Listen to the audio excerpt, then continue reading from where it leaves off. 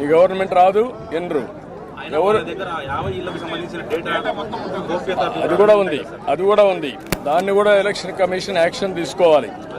ఏదైతే confidential information ఐప్యాక్లో పెట్టుకొని volunteer దగ్గర పెట్టుకొని వాళ్ళ ఫోన్లో యాప్లో పెట్టుకొని అధికార దుర్వినియోగం చేస్తున్నారు.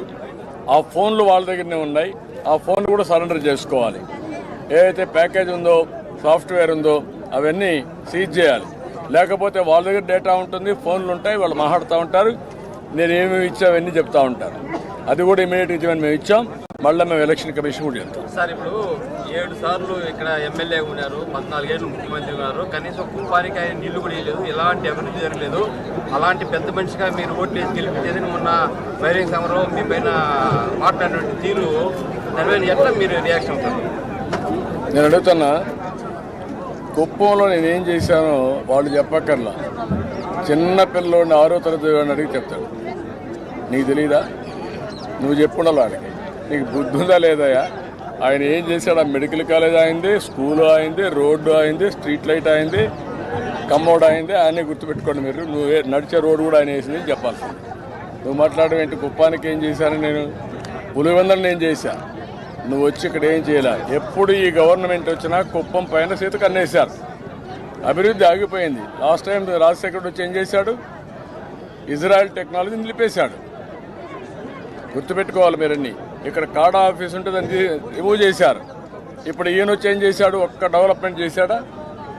మొత్తం నాశనం చేశాడు. వీళ్ళు మాట్లాడడం ఏంటి? కుప్పం యొక్క ఆస్తుల్ని, సంపదని కొల్లగొట్టారు. గ్రనైట్, శాండ్, ల్యాండ్స్ అన్నిట్లో వీళ్ళు ఇష్ట ప్రకారం చేశారు. కాబట్టి ఎవ్వరు ఇక్కడ నమ్మరు.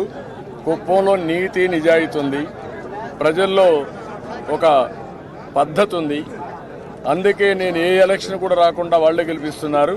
ఇప్పుడు కూడా వాళ్ళే ఒక లక్ష్యం పెట్టుకున్నారు, లక్ష్య మెజారిటీ. ఆ లక్ష్య మెజారిటీ మీరు చూస్తూ ఉంటే అనిపిస్తుంది మీకు ఏ విధంగా స్పందిస్తున్నారు. కాబట్టి ఇక్కడ వాళ్ళ యొక్క కుప్పిగంతులు ఏం పనిచేయవు. ఆ విషయం వీళ్ళు గుర్తుపెట్టుకోవాల్సిన అవసరం ఉంది. మొన్నే గుండిశెట్టిపల్లి దగ్గర చూశారు మీరు.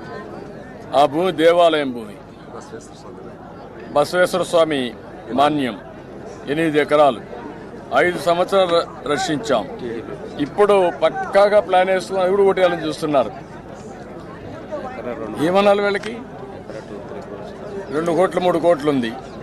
ఇష్టానుసారంగా ఇప్పుడంతా ప్రభుత్వ భూములు అయిపోయినాయి, డీకేటీ భూములు అయిపోయినాయి, ఇంకా ఎండోమెంట్ భూములు అయిపోయినాయి, ఇంకా ప్రైవేట్ ఆస్తుల పైన పడ్డారు.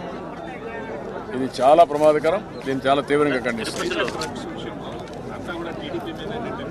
ఏది నేనేమంటానంటే, బుద్ధి జ్ఞానం ఉంటే ఎవడా పనిచేయడు. మీరు మనుషులైతే మీకు ఒక మానవత్వం ఉంటే మీరు చేయరు. మీరు రాక్షసులా, వింత జంతువులా? God only knows. మీ గవర్నమెంట్ ఉంది, మేమేం చెప్పాం? మీరు జే బ్రాండ్ లిక్కర్ వచ్చింది అని చెప్పినాక మీరు ఏం చేయాలి? కాదని మీరు ప్రూవ్ చేసుకోవాలి కదా. దేశంలో ఈ బ్రాండ్స్ ఉన్నాయి, మా రాష్ట్రంలో ఇదే బ్రాండ్స్ ఉన్నాయి చెప్పాలి కదా మీరు. మేము చేసిన తర్వాత మా మీద ఎదురుదాడి చేస్తే అంటే ఏంటి? మీరు దోషులు కాబట్టి మీరు ఎదురుదాడి చేశారు. అది అయిన తర్వాత గంజాయి వచ్చింది. గంజాయి వచ్చిన తర్వాత మేము ఫైట్ చేశాం.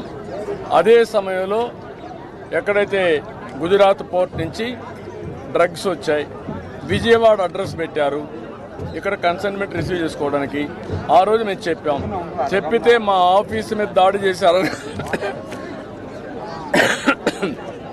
మా ఆఫీసు మీద దాడి చేశారంటే మీకు అర్థమవుతుంది కదా. అంటే మా నోరు మూయించాలి. అక్కడి నుంచి ఇప్పుడు మళ్ళీ ఎవ్రీడే పేపర్లో చూస్తున్నారా మీరు? గంజాయి అక్కడ పట్టుకున్నారు, ఇక్కడ పట్టుకున్నారు, చెన్నైలో పట్టుకున్నారు, మొన్న కరీంనగర్లో పట్టుకున్నారు, అన్నీ వస్తున్నాయి. ఒక నిమిషం, కరీంనగర్లో పట్టుకుని అన్నీ వస్తున్నాయి. అన్నీ వచ్చిన తర్వాత కనీసం ఇంగిత జ్ఞానంగా ఉంటే నువ్వు కండెమ్ చేయాలి కదా. రెండోది నువ్వు ఒక సమీక్ష పెట్టాలి కదా. ముఖ్యమంత్రి కదా నువ్వు. గాడికి పళ్ళు కాస్తున్నారా? పళ్ళు తోముతున్నారా మీరు? నేను అడుగుతున్నా. ఒక ముఖ్యమంత్రికి అర్హత ఉంది నీకు, అది అయ్యింది. ఇప్పుడు సంధ్య అక్వాలో వచ్చింది. వచ్చిన తర్వాత ఎందుకు నీ ఆఫీసర్లు అక్కడ పోయి అడ్డం పడ్డారు? You answer that. నీ ఫోటోని వేసి సంక్రాంతి సమయంలో మీ అందరి ఫోటోలు వేసి వాళ్ళ మేనేజ్మెంట్ వాళ్ళు నీకు శుభాకాంక్షలు తెలియజేశారు.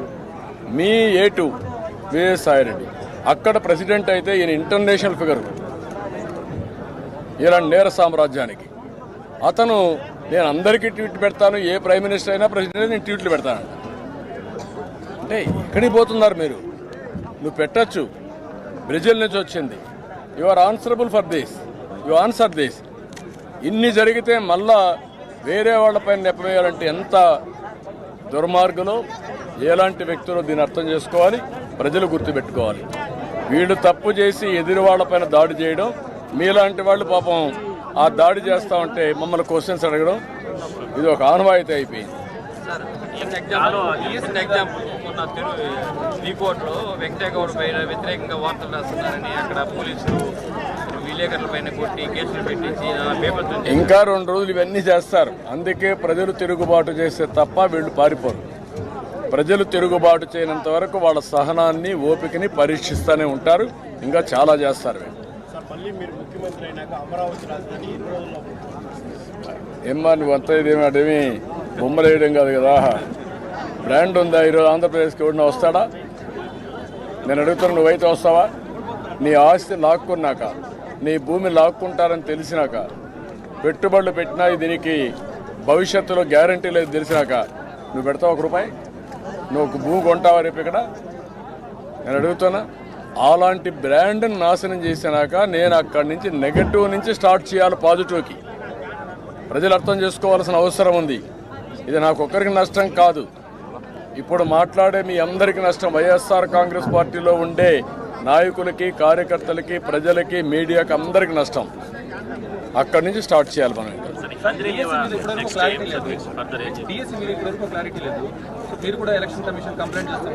నేనేమన్నానంటే మెగా డిఎస్సి పెడతాం. ఇప్పుడు మొన్న వారిగా పబ్లిక్ సర్వీస్ కమిషన్ వారికి ఇప్పుడు పెట్టి మ్యానిపులేట్ చేసి మళ్ళీ ఉద్యోగాలు ఇచ్చేసుకుంటే పిల్లలు అన్యాయం అవుతారు. ఎలక్షన్ అవుతానే 60 డేస్లో ఫస్ట్ ఫైల్లో సంతకం పెట్టి, ఫస్ట్ డేనే సంతకం పెట్టి దానికి ఒక ప్రోగ్రామ్ ఇచ్చి